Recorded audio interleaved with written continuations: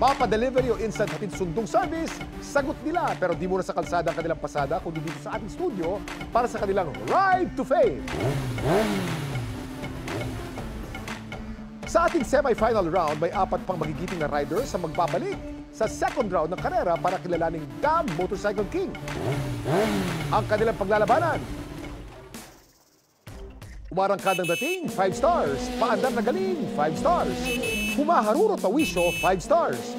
Ang may pinakamaraming stars na makukuha ang tatangaling The Motorcycle King of the Day. At mag-uwi ng 5,000 pesos at mag-a-advance sa ating Grand Finals. May consolation prize na mga 3,000 pesos ang sisemplang sa ating racetrack.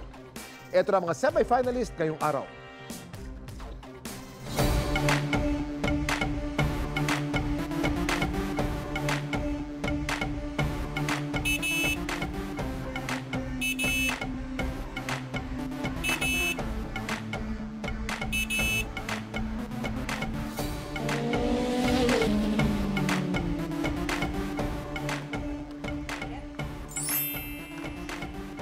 Third time sa Charm, ika nga. Muli, ako po si Char Chavez mula Bulacan.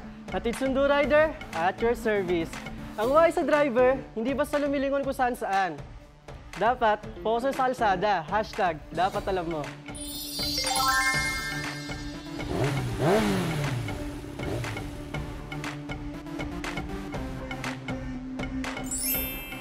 Hi, magandang gabi po sa inyo lahat at sa ating mga horado. Once again, I'm John Clark Morales from San Pablo City, Laguna. Serbisyong padala, sagot ko na yan!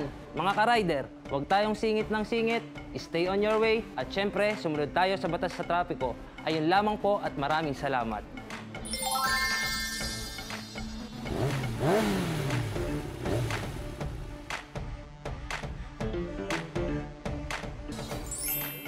Magandang gabi po sa ating lahat at sa ating mga horado.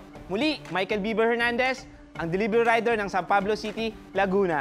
Mga paps, kung rider ka, dapat alam mo ang batas trapiko para iwas sa berya at disgrasya. Kaya sa ating mga rider, ride safe sa lahat.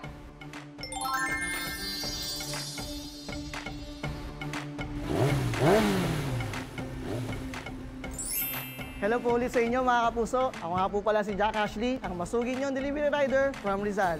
Sa pagmamaneho ng motor dapat may extra care. Kailangan natin dahan-dahan sa pagliko para sigurado ang inyong package handle with care. Ilang stars kaya ang makukuha ng ating mga rider ngayong gabi? Para tulungan tayo pumili ng The Motorcycle King of the Day, ito pong ating mga judge. From biking to racing, ang peg ng ating guest judge today. Hindi lang daw for the boys ang pagmumotor para sa ating lady rider at circuit racer, si Yang De Castro. At syempre, kasama pa rin natin ang ating mga resident beauty queen na si Patricia. At ang reyna ng dapat alam mo, the beautiful, the young, Susan. May music ka pa, ha? Kita mo naman. Sakit eh. Parang perya. Diretso na tayo sa paandar ng galing. Pat, anong galawan dyan?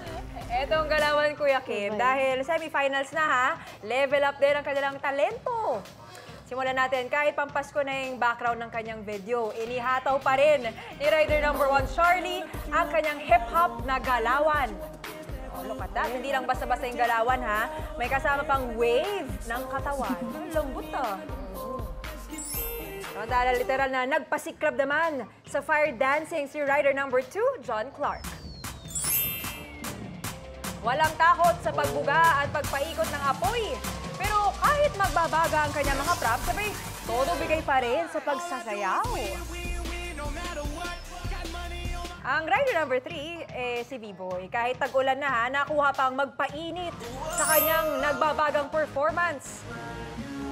Wow, pasabog ang boy dancing with live na apoy, buwis buhay sa pagpapasikat. Last but not the least, ang rider number 4 na si Jack. Idinaan na lang sa kanta ang pagpapapansin sa kanyang crush. Sabing-sabi at malamig ang boses ha, kasi lamig ng aircon dito sa studio, totoo yan. Mamaya mga kapuso ay malalaman natin kung ilang stars ang makukuha nila. Kuya Kim? Maraming salamat, Pat. Ngayon naman mas kilalanin natin ang ating mga riders sa kanilang humaharurot na wisyo. Unahin natin si Charlie. Eto ang tanong ko sa'yo, Charlie. Habang sakay mo ang iyong pasahero, pinipilit niyang makipagpalit at siya na raw ang magmamaneho ng motor. Nagmamadali daw kasi siya at nababagalan sa takbo. Ano ang gagawin mo? Una po yung gagawin ko po As a rider po as a passenger din, bawal po makialam yung passenger sa pagdadrive po. Dahil yung nakasalalay pong ligtas ay dahil po sa akin bilang rider. Anong gagawin mo? Hindi ko po papayagan. Dahil po for safety na rin namin dalawa. Okay, kausapin naman natin ang ating rider number 2 na si John Clark. John Clark, Hello po, Kuya Kim. eto ang tanong ko. May nag-book sa'yo ng delivery, pagdating mo sa address, sementeryo pala ang nakapin na location. Tumawag ka sa customer at pinipilit niyang tama daw ang address.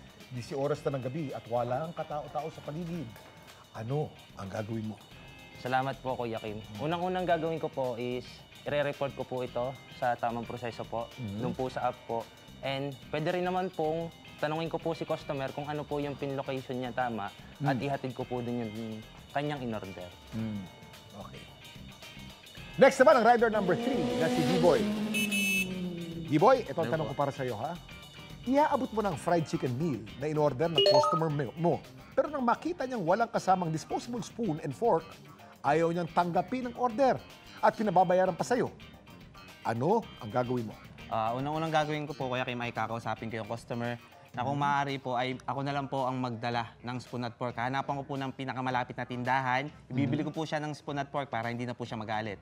At i-deliver ko po ito sa kanya ng libre lang. Libre lang? Kasi nga po, may kasabihan tayo, happiness is free delivery. Matindi to. Ito naman. Hello po, Kuya Kim. Hello. Thank you naman sa'yo. At last but not the least is rider number 4, si Jack. Ang tanong ko sa'yo, Jack, nabasag ang headlight ng motor mo dahil sa isang aksidente kamakailan lang. Habang papunta ka na sa pagawaan, bigla kang pinara ng isang traffic enforcer dahil sa basag mong headlight at binibigyan ka ng ticket dahil sa iyo umanong violation. Ano ang gagawin mo? Siyempre po, una-una, trabaho po ng mga enforcer yan. So, wala tayong magagawa dyan. Pero kung kaya naman po natin pakiusapan na magpapagawa naman po tayo ng motor, pupunta po tayo sa talyer para mapagawa yung motor, yun po ang gagawin ko. Narinig na natin ang wisyo ng ating mga rider. Ilang stars kaya ang nakuha nila at sino ang tatanghaling The Motorcycle King of the Day at papasok sa Grand Finals.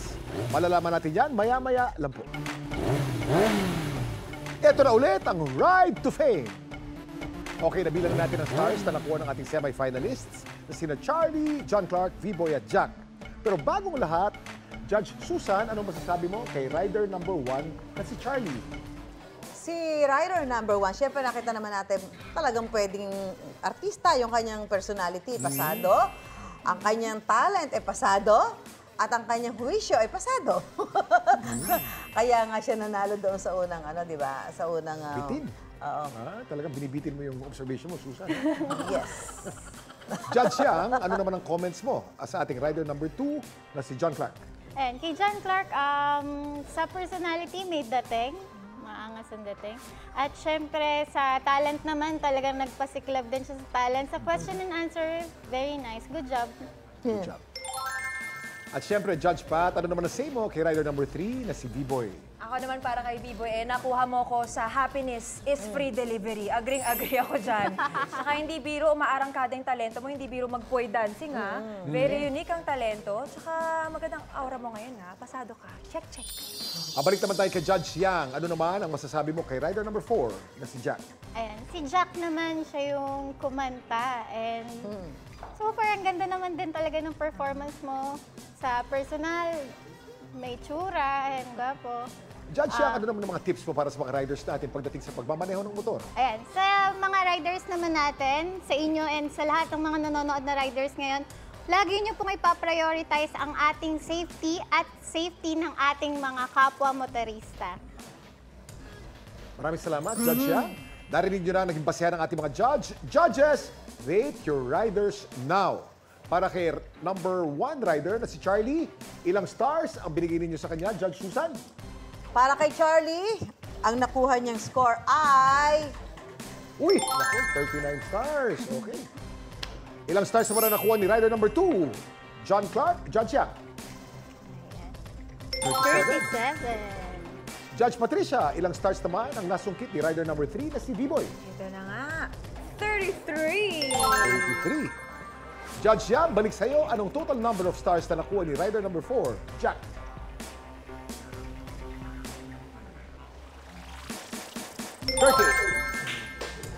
At ang ating The Motorcycle King of the Day ay rider number 1! Nagwagi ka ng 5,000 pesos at nag-advance ka na sa ating Grand Finals. Congratulations! Congratulations, rider number 1. At sa mga hindi pinalad, makakatanggap kayo ng consolation prize na 3,000 pesos. Salamat sa pagsali at ingat sa pagbiyahe. Abangan pa ang ating semi-finals round ngayong linggo. Unti-unti na natin malalaman kung sino ang tatanghaling The Motorcycle King. Dito lang sa Ride to Fame!